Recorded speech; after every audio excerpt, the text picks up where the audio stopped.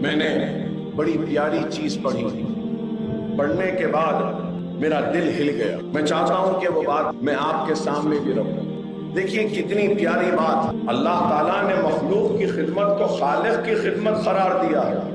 صحیح مسلم کی روایت ہے کہ نبی کریم صلی اللہ علیہ وسلم نے فرمایا، قیامت کے دن اللہ تعالیٰ انسان سے کہے گا، سنیے، قیامت کے دن اللہ تعالیٰ انسان سے کہے گا، ابن آدم میں بیمار پڑا تھا اور تو نے میری عیادت نہیں کی۔ انسان کہے گا، تو سارے جہاں کا پروردگار ہے، تو کب بیمار تھا؟ تو سارے جہاں کا پروردگار ہے، تو کب بیمار تھا اور میں تیری عیادت کیسے کرتا؟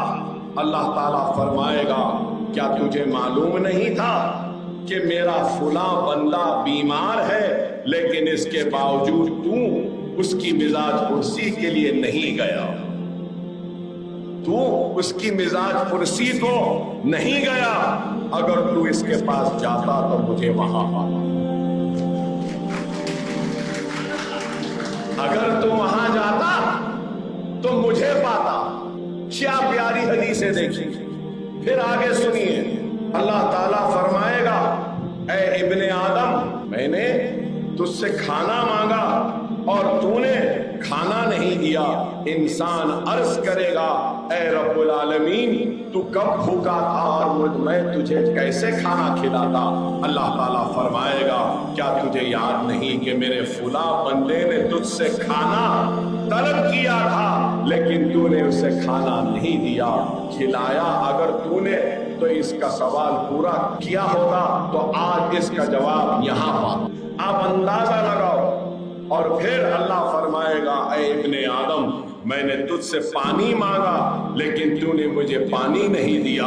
انسان عرض کرے گا، ان دونوں جہاں کے پروردگار تو کب پیاسا تھا اور میں تجھے کیسے پانی پلاتا؟ اللہ فرمائے گا، فلاں بندے نے تجھ سے پانی طلب کیا لیکن تو نے اس کی پیاس بجھانے سے انکار کر دیا تھا، اگر تو نے اس کی پیاس بجھا لیتی تو آج اس کا ثواب یہاں پاتا۔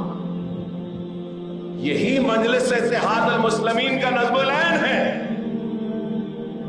یہی فخر ملت نے کہا، ارے مجلس کے دستور کو اٹھا کر دیکھو۔ تو میں بتانا یہ چاہتا ہوں کہ آج اللہ نے آپ کو، ہم کو ایک منصب پہ فائز کر کر ہم کو موقع دیا ہے کہ ہم خدمت کر سکیں۔ خدا را اس عوام تک ہم کو پہنچنا